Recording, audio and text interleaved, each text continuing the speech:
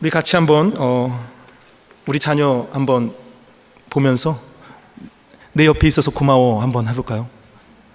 네, 고맙지 않나요? 시끄럽나요 오늘? 네. 오늘 읽은 말씀을 보게 되면요, 이 다윗이 고백한 거예요. 뭐냐면 하나님께서 나를 이렇게 창조하셨다는 거예요. 내 내장, 내 속에 오장육부를 말하겠죠. 내 모든 것을 다 지으시고 언제요? 나의 모태. 한마디로 엄마 뱃속에서 나를 만드셨다는 거예요. 누가 만드셨죠? 하나님이 나를 만들었다고 말하고 있어요. 14절에 그것 때문에 감사하다는 거예요. 나를 지으심이 너무 기묘하다는 거예요.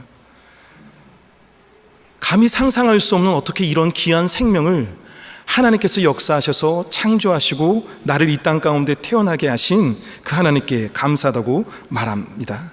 그 다음에 15절에 내가 은밀한 데서 지음을 받고 땅의 깊은 곳에서 기이하게 지음을 받을 때 나의 형체가 주의 앞에 숨겨지지 못하였나이다. 하나님께서 나를 다 아신다는 거예요.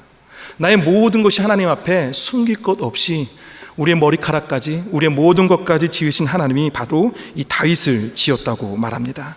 그리고 내 형질이 이루어지기 전에 주의 눈이 보셨으며 나를 위하여 정한 날이 하루도 되기 전에 주의 책에 다 기록이 되었느니라.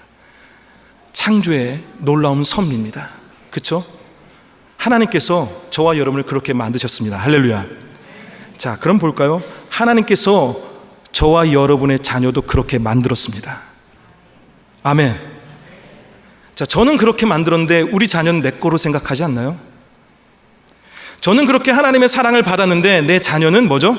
나의 통제가 들어가야 되고 내가 너무 잘 알고 있고 내가 키워야 되고 내가 먹여야 되고 내가 입혀야 되고 내가 대학교 보내야 되고 내가 결혼시켜야 되고 내가 하지 않으면 이 아이는 어떻게 될지 모르는 두려움에 살고 계시지 않나요?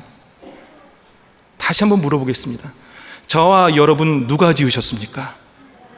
여러분의 자녀 누가 지으셨습니까? 그런데 왜 동일하게 우리가 기도하듯이 자녀를 하나님께 맡기지 못할까요? 이사야는 말합니다. 이사야 29장 16절을 보면 토기장이에 대해 나오죠. 토기를 만드신 토기장이, 그런데 토기장이를 어찌 진흙같이 여기겠느냐는 거예요. 지음을 받은 물건이 어찌 자기를 지은 이에게 대하여 이르기를 그가 나를 짓지 아니하였다 말합니까?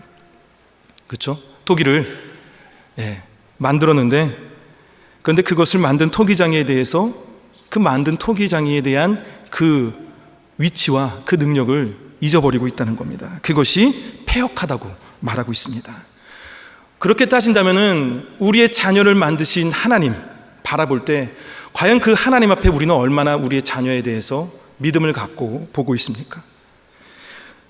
우리의 자녀들이 하나님께서 특별한 존재로 창조하셨고 자신의 목적을 갖고 우리에게 생명을 불어주신 그 하나님의 능력을 우리가 늘 깨닫고 믿어야 합니다. 그래서 하나님의 작품으로 우리 자녀를 대해야 됩니다. 이쁘고 사랑스럽고 그리고 늠름한 자녀로 봐야 됩니다. 그러면 하나님의 작품을 우리가 대하기 위해서는 두 가지가 필요해요. 하나님의 작품으로 우리의 자녀를 내 것이 아닌, 그렇죠? 내 통제와 내가 하지 않으면 안 되는 그것이 아닌 하나님의 것으로 우리가 대하기 위해서는 두 가지가 필요합니다. 첫 번째로는요, 자녀에 대해 늘 감사해야 됩니다. 이렇게 떠드는 것도 감사해야 됩니다. 그렇죠? 얼마나 혈기왕성하고 좋아요. 얼마나. 저는 기도했습니다. 제가 받아되지 않게 해달라고. 오늘 이 자녀들이 우는 울음소리가 제가 기쁨이 되게 해달라고 기도했습니다.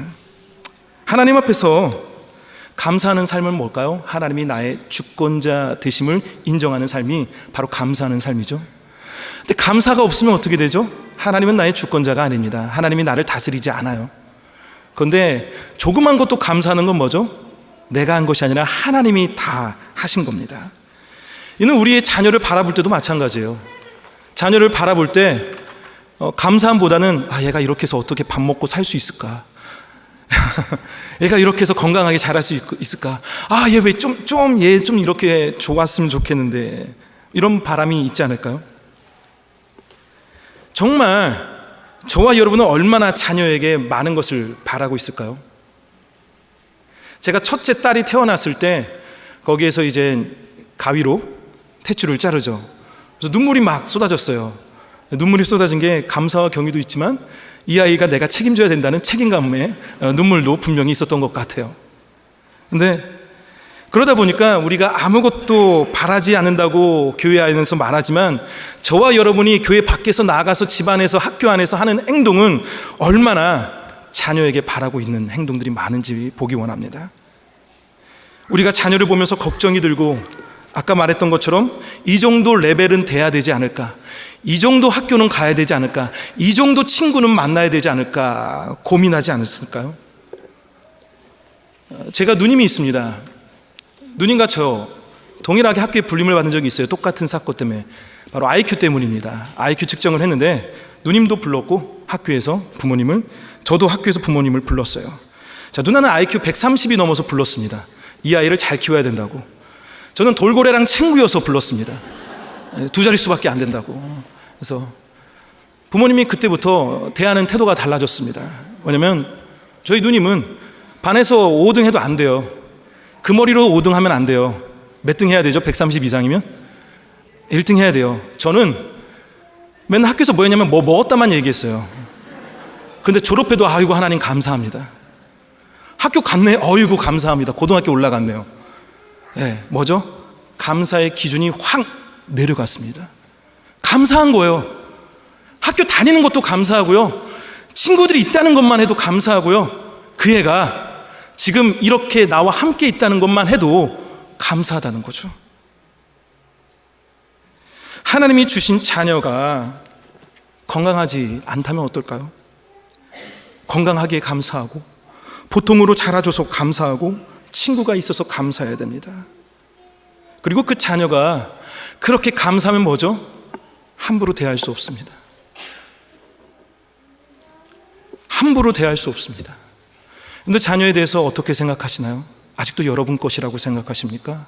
그러면 분명히 함부로 대할 겁니다. 어떤 폭언을 날리겠죠?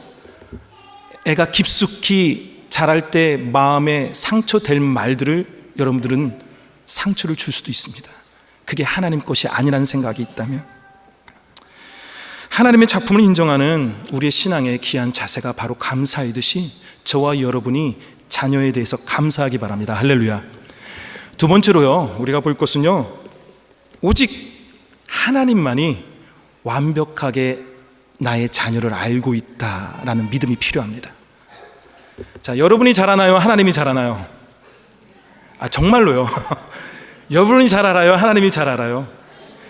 제가 주일학교 사역을 한 번도 안 해봤습니다. 왜냐하면 아이들이 두려워서요. 제가 어렸을 때 사고뭉치였거든요. 정말 하나님이 살아계신 하나님을 알고 있기 때문에 제가 주일학교 교사가 되면 동일한 제가 했던 그 애들을 저한테 주실 것 같았어요. 그래서 기도를 했죠. 제발 주일학교는 안 하고 싶다고. 믿음의 기도는 응답받습니다. 주일학교 교사도 안 해봤고 전도서도 안 해봤습니다. 그런데 교회에서 아이들끼리 싸우면 그것 때문에 이제는 부모님들이 모여서 이렇게 얘기하는 것들, 그리고 이렇게 중재하기 위해서 모일 때 있으면 모든 부모님이 뭐라고 말하시는지 아세요? 우리 애는 그런 애가 아니에요. 우리 애는 그런 애가 아니에요. 엄마만 모르고 다 알고 계세요. 그 애가 어떤지, 그 애가 어떤 욕을 하고 있는지, 그 애가 어떤 고민을 하고 있는지.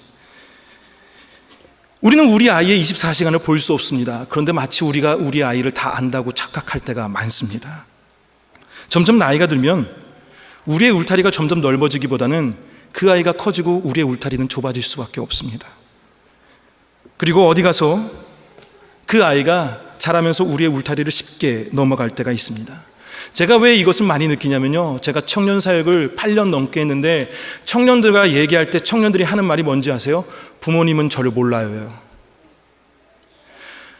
내가 부모님 서로 싸우는 거 부모님은 몰라요. 아버지가 바람핀 거 부모님은 내가 그거 알고 있다는 거 몰라요. 내가 어떠한 고민을 갖고 있는지 부모님은 몰라요. 그 얘기를 무수히 많이 듣습니다. 그런데 우리는 마치 우리 자녀가 내가 다 알고 앞으로도 알고 영원히 알 거라고 생각한다면 위험합니다. 성도 여러분, 자녀에 대해서 얼마나 알고 계세요? 우리가 정말 이 부분은 내려놔야 됩니다. 내가 내 자녀를 다 알고 있다는 착각에서 벗어나야 됩니다. 그러면서 우리가 뭘 해야 되죠? 하나님이 이 자녀를 알고 있다는 우리의 시각을 하나님 앞에 돌려야 됩니다. 자녀만을 보는 것이 아니라 하나님께 우리의 자녀를 맡기는 믿음의 시각을 옮겨야 됩니다. 오직 하나님만이 이 아이를 위로할 수 있습니다. 할렐루야. 오직 하나님만이 이 아이의 고통을 끊어주실 수 있습니다. 오직 하나님만이 우리 자녀의 길을 인도하시고 이끄시고 그리고 보호하십니다. 우리에게 맡기신 것은 단지 하나님의 목적을 위해서 우리에게 자녀를 주신 거예요. 그럼 뭐죠? 그냥 건강하게 잘 자라고 기도하면 됩니다. 할렐루야. 자, 뭐라고요? 건강하게 잘 자라고 기도하면 돼요. 건강하게 잘 자라고 기도하면 돼요. 결론을 지을게요. 어느덧 제가 애가 셋이는데 첫째 아이가 이제 유스가 되었습니다. 여기 있는지 모르겠어요. 있으면 안 될 텐데. 이제 가끔 문을 잠가요 이제. 그리고 자기를 괴롭히지 말라고 말합니다. 많이 컸어요. 조만간 제 와이프보다 더 키가 커질 것 같아요. 근데 이렇게 커지는 모습을 볼 때 언젠가 부모의 품을 떠난다는 사실이 순간적으로 느껴졌습니다. 그리고 한 달 전에 좀 그것을 깊이 고민할 때가 있었습니다. 현실화되면서 주어진 상황 가운데 이 아이가 나에게서 떠날 때가 오겠구나라는 걸 느꼈어요. 근데 그렇게 갑자기 떠난다면 드는 생각이 뭐였냐면 그 어느 것도 중요하지 않더라고요. 이 아이가 하나님을 알고 있을까요? 저를 떠날 때, 여러분들을 떠날 때 여러분들이 가장 중요시 여겨야 되고 가장 이것을 귀하게 여겨야 될 것이 우리를 떠날 때 그 아이가 하나님과 함께하고 있는지가 중요합니다. 우리를 떠날 때 그 아이가 어떤 직장을 갖고 있는지 어떤 학교를 가고 있는지는 옵션이에요. 가장 중요한 건 우리 부모의 품을 떠날 때 이 아이는 하나님과 동의를 하고 있는지 하나님과 함께 하고 있는지를 생각해야 됩니다. 그 자녀가 부모의 품을 떠날 때 오직 하나님을 알고 하나님이 나를 창조하셨고 그리고 나를 너무나 사랑하시고 나를 지은 목적이 있다는 것을 알고 때가 돼서 부모의 품을 떠나서 독립하는 모습은 너무나 귀합니다. 그런데 그것을 놓치면 너무나 마음이 아픕니다. 왜요? 하나님이 만든 자녀잖아요. 하나님 만드신 자녀이잖아요. 우리의 책임이 뭘까요? 좋은 학교, 좋은 직장, 그 무엇보다도 더 중요한 건 주님을 알게 하는 것입니다. 근데 주님을 알게 하는 거, 제가 목사님 아들이에요. 저 방법으로, 여러분들이 생각하는 방법으로 하시면 안 돼요. 무조건 암송시키고요, 안식일 안 지켰다고 해서 혼내고 그러시면 안 돼요. 뭐냐면 하루하루 감사해야 돼요. 하루하루 그 아이한테 하나님 때문에 감사하단 말을 해줘야 돼요. 하루하루. 그거 하나면 족합니다. 하나님의 자녀라는 거 우리가 생각하면서 이 시간 우리 같이 한번 기도하기 원합니다. 이 시간 한번 기도하기 전에 여러분들 자녀 한번 보세요. 자녀 한번 보면서 이렇게 한번 말해줄래요? 내 자녀여서 고맙다라는 두 가지 이유 이상을, 내 자녀라서 이렇게 고맙다는 것을 애들한테 지금 말해주기 바랍니다.